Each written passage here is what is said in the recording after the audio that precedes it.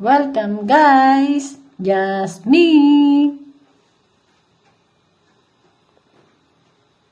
Hello mga guys! Welcome ulit sa akin channel. Just me. Tayo ngayon magluluto naman ng ampalaya. Igigisa lang natin. Simpleng ulam na gulay. Ampalaya. Ito mga guys ang aking ingredients. So ito unang-una yung ampalaya ko. Yan, ginahit ko ng maninipis. Yan, syempre may sibuyas tayo, may bawang, may kamatis. At meron din akong konting karneng inilaga ko na siya guys para mas madali nang iluto. Ito, umpisahan natin mag-isa. Let's go!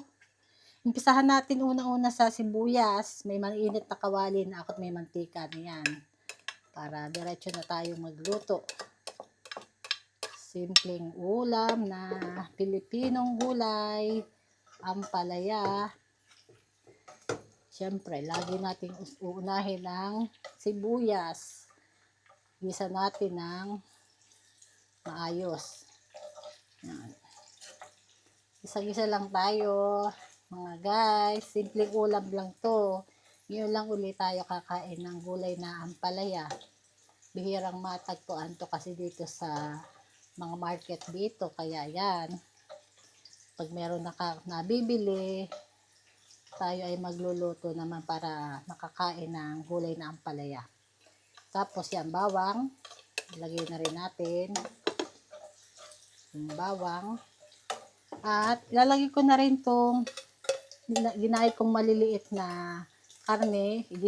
At akin na siyang inilaga. Yan.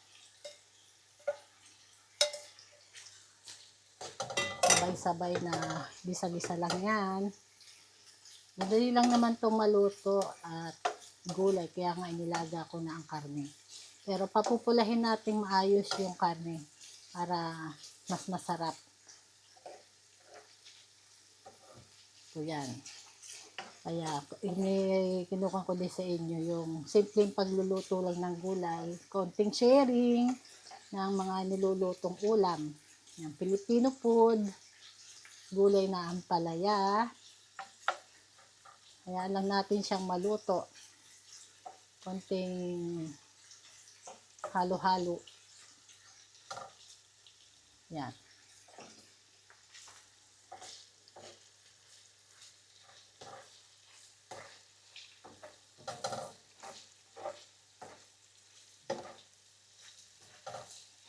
Kahit anong pwede nyong ilahok sa ampalaya na gulay.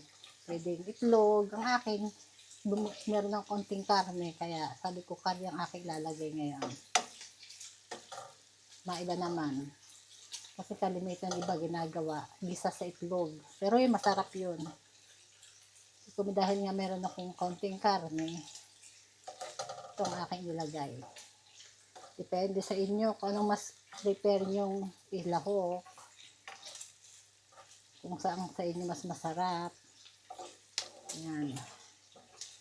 Nag-uumpisa na siya medyo nagmamantika-mantika yung ating. Balikan po ito yung aking nilagay na baboy, yung maninipis na gayat ng parting pancetta. Sa atin po ay yung parte na ginagawang pang barbecue. Yun po mas masarap yun. Medyo may laman, may konting taba. Mas masarap kasi yung medyo talagang namumula na yung pinakakarne niya. Ayan o. Lumalabas ng pagka-oil bago natin ilagay ang ating kamatis.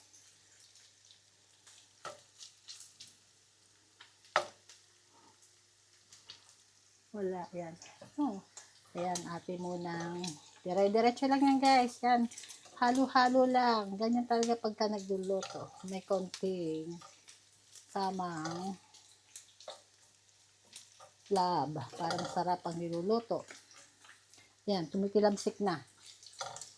Ikuka na kasi yung kanyang mantika. Kaya yan, umpisahan na natin ilagay ang kamatis.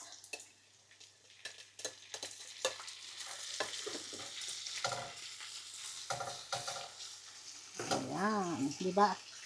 Amoy pa lang, masarap na.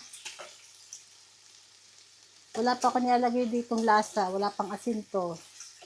Pampalaang karne at gisa-gisa lang ng sibuyas at ng kamatis. Mamaya natin lalagyan ng pampalasa. Pag naluto ang nilagay ko na yung pinaka ampalaya.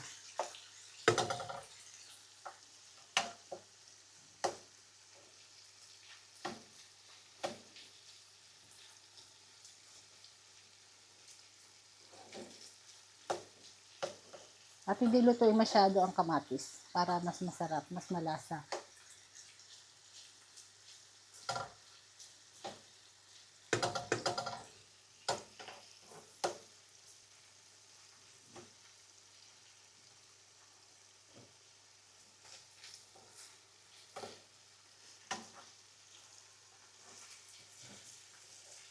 Ayan o, makikita nyo, medyo nagkakaramelize na yung pinaka-tomato niya.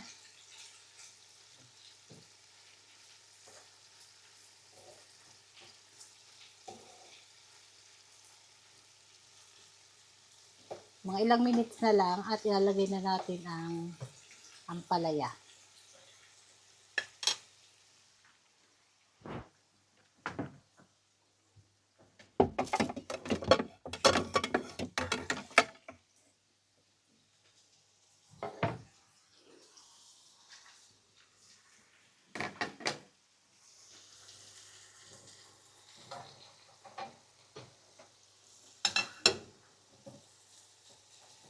Ayan o, kita nyo guys o. Medyo caramelize na yung pinaka-karne na at saka yung tomato. Ayan ang mas masarap. Ayan.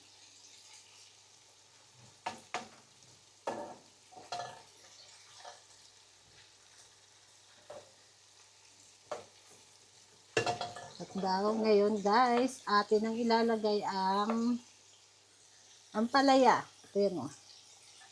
Nugasan ko kasi siya. Saka yan. Yung ganyan. Nugasan ko ng konting pait. Ayan.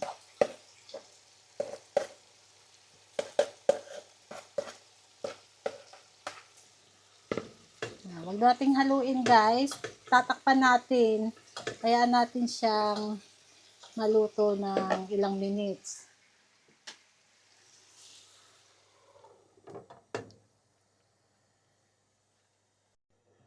Ayan guys, tingnan natin ngayon. O ayan, after na 5 minutes, haluin natin ngayon. Ayan, itsura nyo. Paluto na agad to. Ating ulam na gulay ampalaya. Titimplahan ko na rin guys kasi wala pa ako nilalagay na asin at konting powder na yung sa atin parang magic sarap. Yung tawag mo dito dado. At saka konting asin para may lasa. Tikman natin maya maya kung tama sa panlasa na. Hindi ko po ito nilagyan ng sabaw. Pusa po siya sabaw kasi may sabaw yung pinakaampalaya niya nagtutubig. Yan.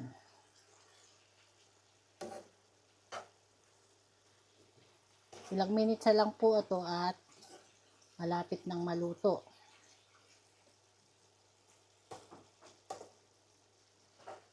Yan. Tingnan natin ito ngayon sa lasa. Teka po tayo pangtikin.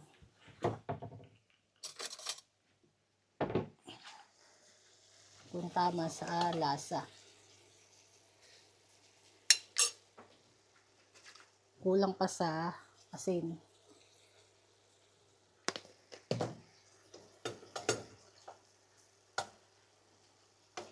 Ayan guys, malapit na siyang maluto.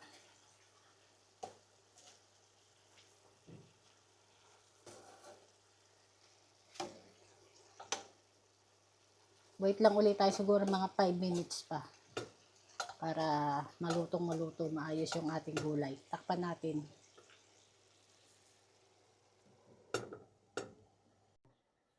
Ayan guys, tingnan natin. At ito ay luto na. Yung ating gulay na ampalaya, gisado sa kamatis na may konting karne.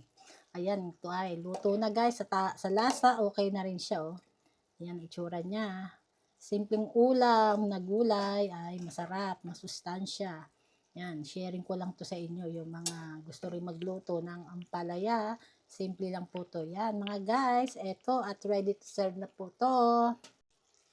Yan guys, mga viewers, mga followers, mga subscribers. Ayan, tayo ay nakita nyo yung aking pagluto ng gulay na ampalaya at luto na. Ngayon, salamat po sa inyong lahat sa mga nag-watching sa aking mga video. And please and like and share na rin po sa aking channel, Jasmine. Thank you and bye!